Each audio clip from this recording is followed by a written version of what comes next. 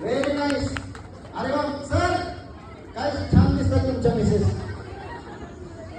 बघा मी यासाठी विचारलं होतं मेकअप कोण करून आणले, कारण तुमचा सगळ्यांचा मेकअप करणार होतो आज.